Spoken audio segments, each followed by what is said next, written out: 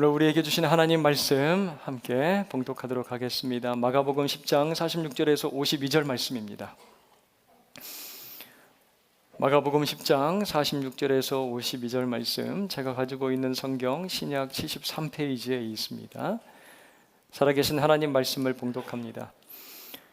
그들이 여리고에 이르렀더니 예수께서 제자들과 허다한 무리와 함께 여리고에서 나가실 때 디메오의 아들인 맹인 거지 바디메오가 길가에 앉았다가 나사렛 예수시란 말을 듣고 소리질러 이르되 다윗의 자손 예수여 나를 불쌍히 여기소서 하거늘 많은 사람이 꾸짖어 잠잠하라 하되 그가 더욱 크게 소리질러 이르되 다윗의 자손이여 나를 불쌍히 여기소서 하는지라. 예수께서 머물러 서서 그를 부르라 하시니 그들이 그 맹인을 부르며 이르되 안심하고 일어나라 그가 너를 부르신다 하매 맹인이 겉옷을 내버리고 뛰어 일어나 예수께 나아오거늘 예수께서 말씀하여 이르시되 내게 무엇을 하여 주기를 원하느냐. 맹인이 이르되 선생님이여 보기를 원하나이다. 예수께서 이르시되 가라 내 믿음이 너를 구원하였느니라 하시니 그가 곧 보게 되어 예수를 길에서 따르니라. 아멘. 일상에서 우리들이 큰 소리를 들을 때가 있습니다. 여러 가지 이유들 때문에 이렇게 큰 소리가 날 거예요. 마트에서 점원이 과일, 채소 가격이 얼마인지 사람들에게 일일이 다가가서 2개에 5,000원, 2개에 5,000원 이렇게 얘기하지 않을 거예요. 어떻게 얘기합니까? 2개에 5,000원 이렇게 크게 소리를 내죠. 정확하게 정보를 전달하기 위해서 말을 크게 하기도 하고 내 의견이나 생각을 강조하고 싶을 때 소리를 높입니다. 또 짐승들은 포효도 해요. 다른 짐승들을 상대로 내 영역이다 경고하기 위해서 그렇습니다. 우리가 운전을 할 때 크게 경적을 울릴 때가 있죠. 왜 그렇습니까? 조심해라, 위험하다 알리기 위해서 그렇습니다.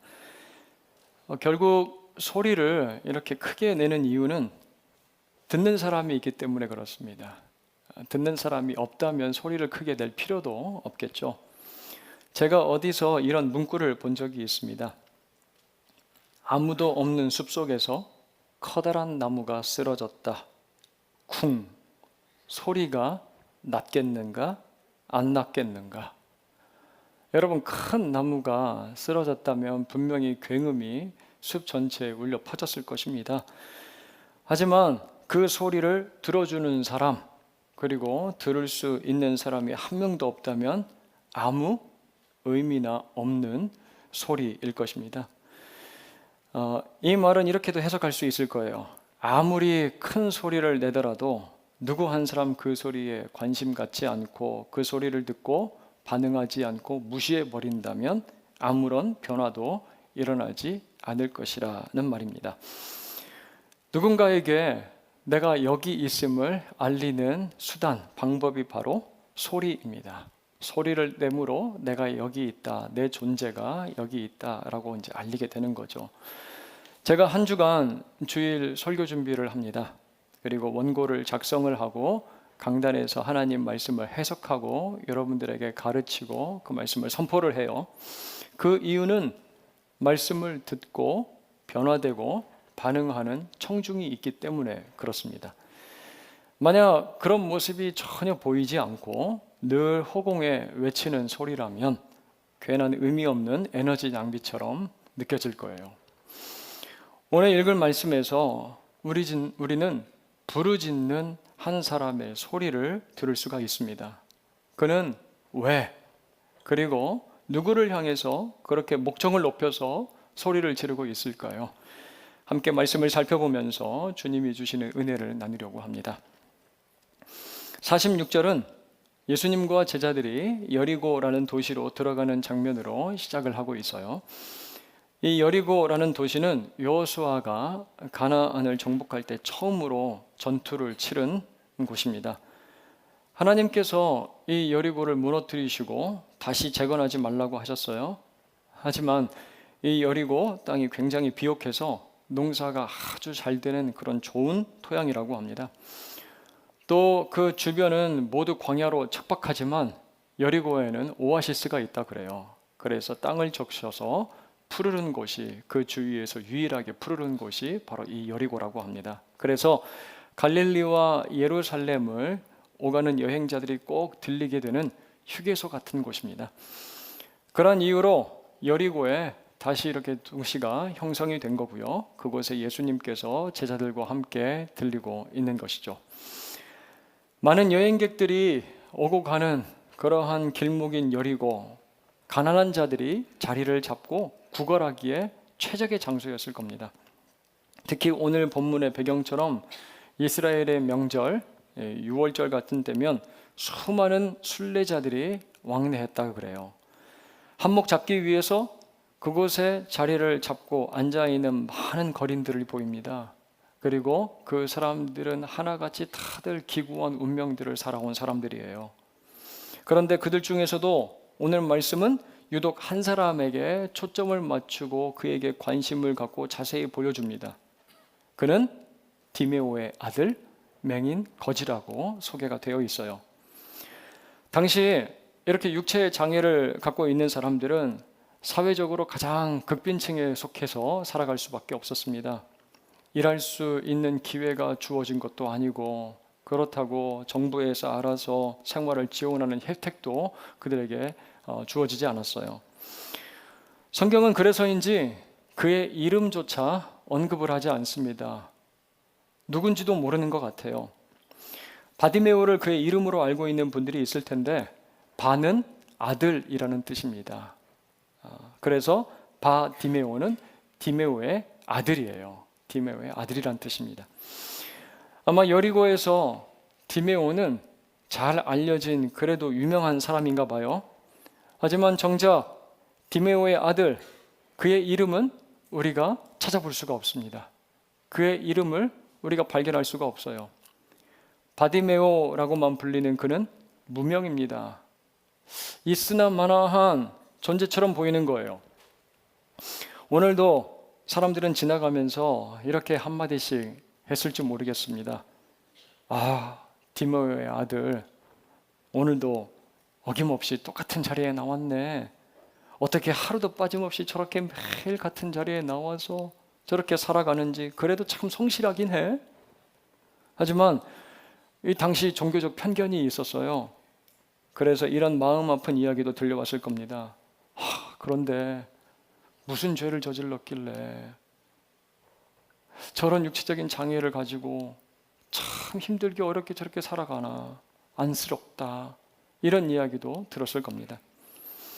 이런 소리를 듣고 싶지 않아서인지, 또 내 이름이 있는데 나를 왜 바디메오라고 그렇게 부르는 거야, 내게도 이름이 있다고 자신을 알리고 싶었는지 목소리를 높여서 구걸을 했을지도 모르겠다는 생각이 들었어요.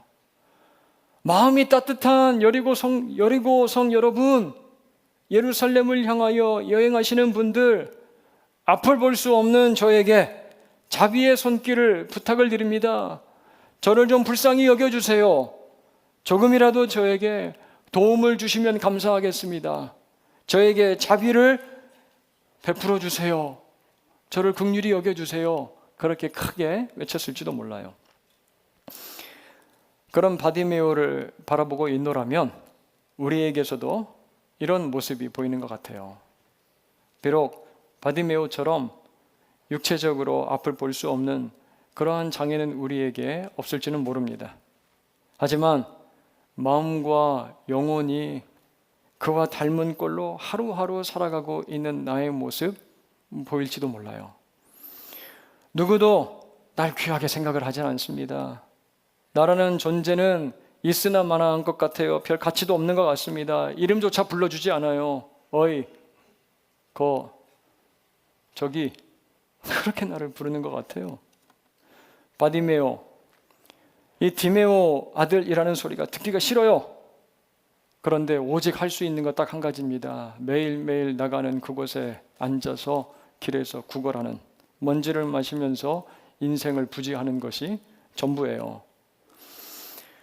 제가 한 TV 방송에서 복싱 챔피언도 했고 관장으로 체육관을 운영하고 있는 한 가장이 나와서 이렇게 이야기하는 걸 들었어요. 가족에게서조차 사랑과 인정을 받지 못하는 자신이 과연 살아가야 될 이유가 있는지 모르겠다. 생명을 계속 유지해야 될 그 이유를 도대체 모르겠다. 자살하고 싶다라고 그렇게 이야기를 해요. 내가 곁에서 듣고 있던 사람이 이렇게 물어봅니다. 다시 태어날 수 있다면 어떻게 태어나고 싶어요? 주저없이 이렇게 대답을 합니다. 난 다시 태어나고 싶지 않아요. 그냥 죽고 다시 태어나지 않았으면 좋겠습니다. 그렇게 얘기를 하는 거예요. 링 위에서는요, 강력한 펀치를 날리면서 치열하게 싸운 챔피언이 인생의 링 위에서는 두들겨 맞고 쓰러진 패배자처럼 보였던 거예요. 여러분, 여리고는요 아주 아름다운 별명을 가지고 있습니다. 향기의 도시예요. 여리고는 참 예쁜 별명을 가지고 있죠. 향기의 도시. 오아시스가 있어서 꽃이 피고 그리고 풍성한 과일이 열리는 그러한 땅이 바로 여리고예요. 하지만 바디메오는 아무것도 볼 수가 없습니다. 아름답게 피는 꽃도 볼 수가 없고 열매도 볼 수가 없고 사람들도 보지 못하고 자신조차 볼 수 없는 장애를 안고 구걸하며 살아가는 이 비루한 인생. 바디메오가 자꾸 나처럼, 우리 자신들처럼 보일 때가 있어요. 세상의 링 위에서는요, 강력한 펀치를 날리면서 악착같이 치열하게 싸우면서 살아가요. 명예와 힘을 바라면서 남보다 높아지기 위해서 그렇게 싸우다가 점점 눈이 가리워지고 나조차도 볼 수 없는, 다른 사람도 볼 수 없는 영적 바디메오 같은 모습이 우리 주위에 얼마나 많습니까? 디메오의 아들처럼 누군가 우리를 이렇게 부르지 않을까요? 우리는 하나님의 자녀인데 나의 이름 대신에 물질의 아들, 권력의 아들, 명예의 아들, 쾌락의 아들, 시기와 질투의 아들, 저 분노의 아들. 그렇다면 우리는 바디메오와 똑같은 모습으로 일상을 살고 있는지도 모르겠습니다. 오늘도 화려한 도시 여리고에 살고 있지만 무기력하게 그 길가에 앉아 구걸하는 인생을 벗어날 수 없는 그러한 모습일지도 몰라요. 그러한 우리가 소리 높여서 불러야 될 이름이 있고 만나야 할 분이 있음을 오늘 예배의 자리에서 발견하고 기억하는 저와 여러분들 모두가 될 수 있기를 주님의 이름으로 축복합니다. 바로 여리고의 향기가 아니라, 여리고의 아름다운 꽃이 아니라 그곳을 지나가고 있는 예수에게로부터 풍겨나는 향기, 그분의 아름다운 이름입니다. 사랑하는 여러분, 오늘 예배의 자리에서 우리가 꼭 만나고 돌아가야 될 예수 그리스도 만나고 돌아가시길 주님의 이름으로 축원합니다. 47절 보세요. 오늘도 똑같은 자리, 반복되는 일상이에요. 길가에 앉아 있습니다. 그런데 그의 귀로 어떤 소리가 들려요? 바로 나사렛 예수가 오셨다라는 소식입니다.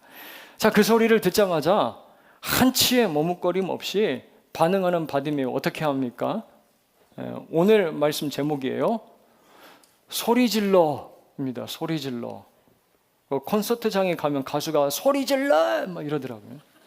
Make some noise 막 이런. 그러면 관객들이 막 와 하고 흥분해가지고 어마어마한 함성을 막 지르더라고요. 바디메오도요, 참을 수 없어서 이렇게 소리를 지릅니다. 자기가 낼 수 있는 가장 큰 목청껏 소리를 외치고 있는 거예요. 47절 뒷부분 가서 보면 다윗의 자손 예수여 나를 불쌍히 여기소서라고 그렇게 외칩니다. 다윗의 자손 예수여 나를 불쌍히 여기소서라고요. 여기서 예수님을 다윗의 자손이라고 불렀다는 것은 바디메오가 그를 왕으로 인정했다는 거예요. 다윗을 이어서 이스라엘을 회복시키고 통치할 메시아가 바로 예수라는 사실을 인정했다는 겁니다. 그를 향해서 나를 불쌍히 여겨주세요 라고 크게 외치고 있어요. 그런데 이 나를 불쌍히 여겨달라는 이 외침, 바디메오가 평소에도 흔히 사용했던 그런 외침입니다. 소리예요. 구걸할 때 외치던 소리입니다. 나를 불쌍히 여겨 자비를 좀 주세요. 나에게 돈을 좀 주세요. 내가 불쌍하게 여겨주시고 나를 위해서 적선 좀 해주세요. 그렇게 말했던 거예요. 자, 그 소리를 듣고 48절 많은 사람들이 꾸짖습니다. 아마 돈을 달라는 소리로 들었을지도 모르겠어요. 또 대의를 위해서 예루살렘을 향하여 결연하게 올라가시는 예수님, 이 눈먼 거린을 상대할 만큼 한가하지 않다고 생각을 했을까요? 시끄러워! 잠잠하라고! 조용히 해! 예수님의 이름으로 귀신을 쫓아낸 그 사람을 금지시키고 예수님께 다가왔던 많은 어린아이들을 막았었던 제자들, 무리들은 이곳에서도 바디메오를요 자기들의 기준과 판단으로 가로막고 꾸짖고 있습니다. 예수님께 가까이 오지 못하게 만들고 있어요. 하지만 그는 물러서거나 위축되지 않습니다. 주눅들지 않아요. 좀 조용히 하시라고요. 시끄럽다고. 뭐라고 하지만 막무가내예요. 계속해서 소리를 지릅니다. 언제까지요? 들릴 때까지. 누가 들으실 때까지? 예수님께서 들으실 때까지예요. 예수님이 듣고 응답하시고 예수님께서 그에게 다가오시기까지 소리를 멈출 수 없는 거예요. 자, 49절 보면 이 소리를 들으신 예수님께서 어떻게 하십니까? 머물러 서세요. 왕의 행차가 한 눈먼 거린의 외침으로 멈춘 거예요.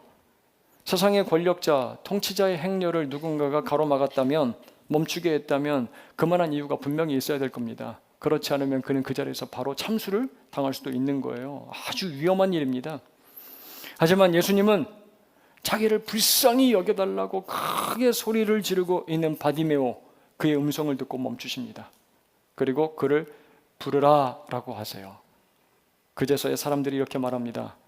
안심하고 일어나라, 그가 너를 부르신다 라고 해요. 저는 오늘 이 말씀을, 이 장면을 묵상을 하고 설교를 준비를 하면서 또 우리는 이 장면에서 한 가지 발견하게 되는 게 있습니다. 한 번 더 예수의 공동체, 그리고 우리가 함께 세우고 이루어가는 교회의 모습이 어떠해야 되는지를 깨닫게 돼요. 예수님을 부르는 자는 그가 누구든지 안심하고 그에게 나아갈 수 있어야 됩니다. 예수의 이름을 부르는 자는 안심하고 누구든지 예수님께 자유롭게 나갈 수 있어야 되는 거예요. 그런데 예수님의 이름을 부르면서 소리 질러야 되는 우리가 다른 소리들을 높일 때가 있습니다. 나의 이름, 내 주장과 판단, 내 신앙의 연수, 내 공로, 그러한 세속적인 세상의 원리들을 교회 안에서 소리 높이 외친다면 그 소리를 향해서 공동체는 오히려 잠잠하라, 조용히 하세요, 그런 소리 내시면 안 됩니다 라고 이야기를 해야 될 거예요. 그런데 때로는 그 소리에 멈추기도 하고 비틀거리기도 하고 힘을 잃고 방향을 잃어버릴 때가 있습니다.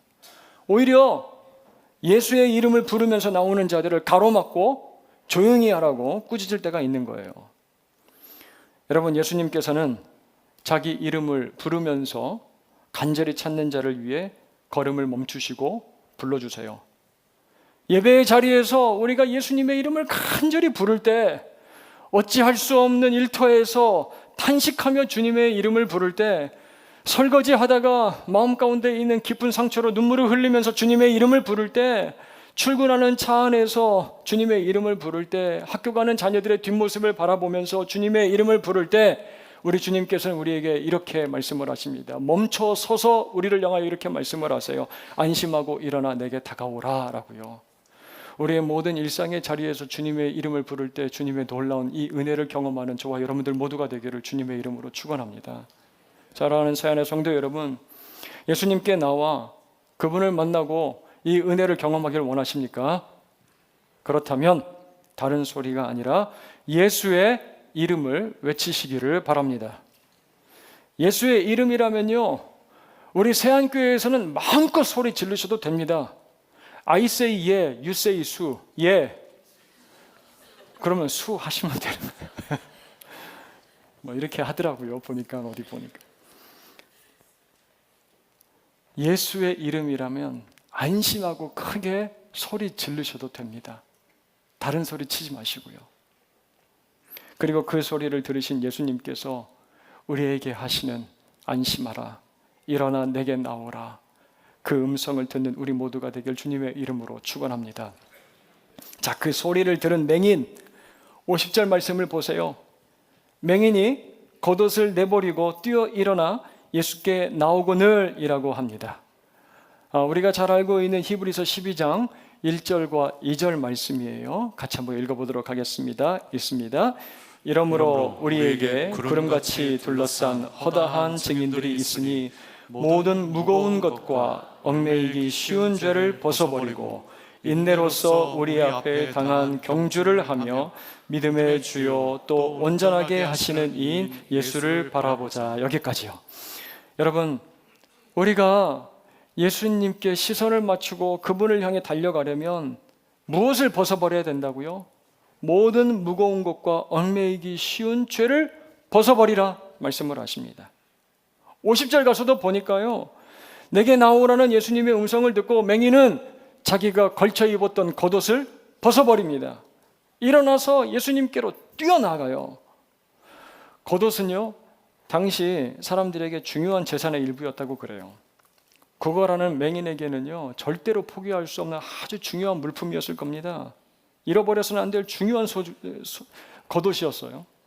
하지만 예수님께 나아가는 데 있어서 만약 이것이 거추장스러운 장애물이 된다면, 눈이 어두운 내가 주님 앞에 뛰어나갈 때 이거 밟고 혹시라도 넘어지기라도 하면 안 되니까 그것 벗어 던져버리는 거예요.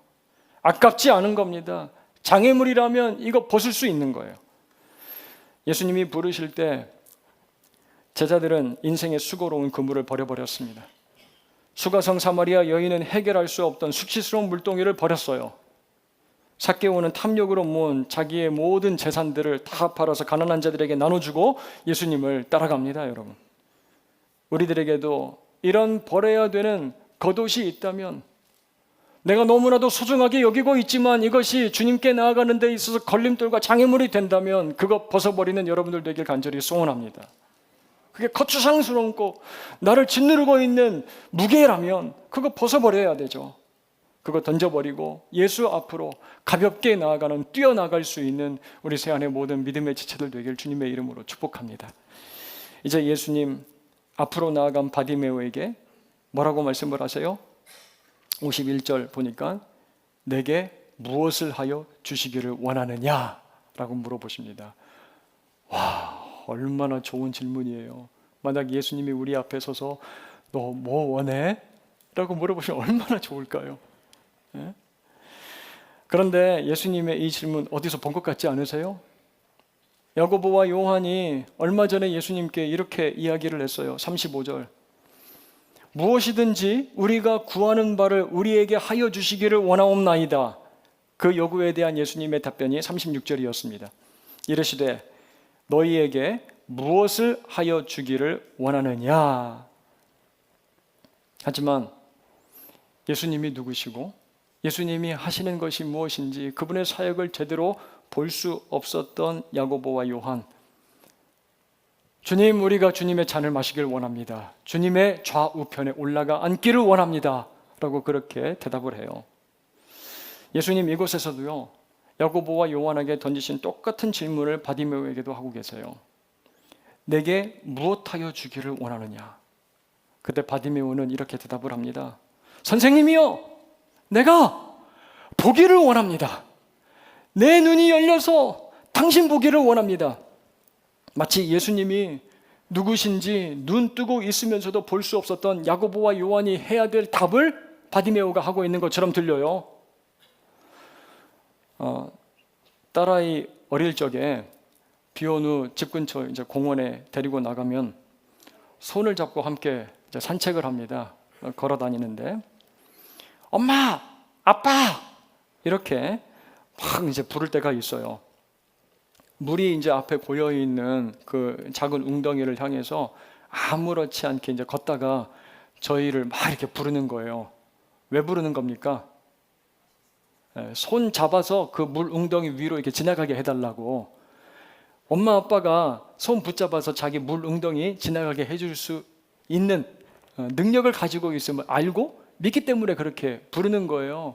그래서 저희들이 이제 두 손 딱 잡아가지고 그 물 웅덩이 이렇게 딱 지나가게 하면 와 하면서 얼마나 좋아하는지 몰라요. 막 기뻐하면서.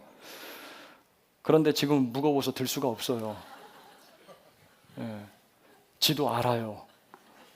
물 웅덩이 앞에서 엄마 아빠라고 안 해요. 예. 들어준다고 해도 믿질 않습니다. 바디메오가 예수님께 나와 내게 무엇을 하여 주기를 원하느냐라는 그 말을 들었을 때 내가 보기를 원합니다.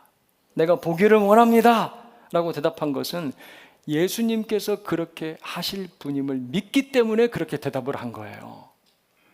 예수님이 그런 능력을 가지고 계신 분임을 믿질 못했다면 그러한 대답도 하질 않았을 겁니다, 여러분. 그래서 52절 예수님께서 뭐라고 말씀을 하세요? 가라, 너의 믿음이 너를 구원하였느니라 라고 말씀을 하십니다. 무슨 믿음이에요? 여러분들에게 한번 말씀드렸죠. 믿음은 그릇이라고요. 그 믿음이라는 그릇 안에 내 눈이 열리기를 소원하는 그 소원을 담고 있어서요. 그 간절한 열망을 가지고 있어서요. 그렇지가 않아요. 나의 눈을 뜨게 하실 그 능력이 누구에게 있음을 믿는 믿음이에요? 예수 그리스도에게. 예수 그리스도를 믿는 믿음을 고백을 하고 있다라는 말씀이에요. 여러분, 바디메오는 물리적으로 앞을 볼 수는 없었지만 예수님께서 자기를 고쳐주실 수 있는 분으로 인정하고 믿고 고백을 하고 있는 거예요. 그래서 이렇게 대답을 한 겁니다. 네가 무엇을 원하느냐? 내가 보기를 원합니다. 보게 해주세요. 사랑하는 여러분, 우리의 시력이 언제부턴가 점점 약해지지 않았는지, 그래서 볼 수 있는 것들이 점점 우리 시야에서 하나둘 사라진 것은 아닌지 오늘 예배의 자리에서 한번 생각해 보시기를 바랍니다. 무엇이 우리의 눈을 가려서 예수님을 바라볼 수 없도록 만들었는지, 바디메오가 덮고 있었던 두꺼운 외투처럼 우리의 인생 가운데 하나 둘 쌓인 거추장스럽고 무겁게 덮여 있었던 예수님께로 나아가지 못하게 만드는 그러한 겉옷, 외투인 죄가 있었다면 그것이 무엇인지. 오늘 세례 받은 분들 가운데요, 어저께 문답식을 하는데 이렇게 말씀을 하신 분이 있었습니다. 목사님, 제가 교회를 다니고 예수님 알고 하나 달라진 게 있습니다. 그러세요. 지금까지 지은 죄가 하도 많은 것 같아서 늘 나오면 회개하게 돼요. 그렇게 말씀을 하십니다. 이렇게 죄가 많은데 세례 받을 수 있을까요? 물어보세요. 어제 그렇게 이야기하는 성도님의 말씀이 거기 바디메오에 외치는 소리처럼 들렸습니다. 선생님이여, 내가 보기를 원하나이다. 내가 보기를 원하나이다. 지금까지 살면서 지었던 여러 가지 하나님 앞에서의 부끄러웠던 허물과 죄악들, 그것들이 보여서 회개하신다면 예수님을 알고 말씀을 들으면서 이제 눈이 열려 보이기 시작한 분 아니겠어요? 지금까지 쌓였던 외투와 같은 죄의 여러 가지 무게들을 하나씩 하나씩 내려놓기 원하는 그 마음에 소원이 있는 분 아니겠어요? 그래서 제가 말씀을 드렸습니다. 그렇게 자기가 죄인임을 알고 예수 그리스도 아니면 살 수 없음을 깨닫는 우리 성도님은 세례 받으셔도 됩니다. 제가 이렇게 말씀을 드렸어요. 세례 받으셔도 되죠. 사랑하는 여러분, 오늘 말씀은요, 크게 소리 지르라고 하세요. 우리에게 다른 소리가 아니라 예수의 이름 크게 소리치라고 말씀을 하십니다. 그리고 예수님 앞에 나와 내가 보기를 원합니다. 구하라고 하세요. 그때 우리의 눈이 열리고 예수님이 누구신지 우리는 보고 알게 될 겁니다. 여러분, 52절 마지막 부분을 보세요. 그러한 바디메오에게 어떠한 변화가 일어났는지. 얼마 전까지는 앞을 볼 수 없었고 방향을 찾지 못해서 길에 앉아 구걸하던 무기력한 삶을 살던 사람이에요. 하지만 예수를 만나고 믿고 구원을 경험한 바디메오, 그가 곧 보게 되어 예수를 길에서 따르니라 라고 합니다. 그가 곧 보게 되어 예수를 길에서 따르니라. 다른 세상의 길, 자기 마음 가운데 욕심의 길, 정욕의 길, 자기 높아짐의 길이 아니라 이제 예수를 따르는 길을 걷기로 결단했다라는 거예요. 이 말씀대로 예수를 믿고 구원을 받은 자는 이제 다른 길이 아닌 생명과 진리 되시는 예수의 길을 따라가게 될 것입니다. 이 시간 예수님의 이름을 외치는 우리 모두에게 예수님 만나 눈이 열리고 예수님 행하시는 놀라운 구원의 기적을 경험하는 그 생명과 진리 되신 길을 따라가는 은혜가 저와 여러분들 모두에게 임할 수 있기를 주님의 이름으로 축원합니다.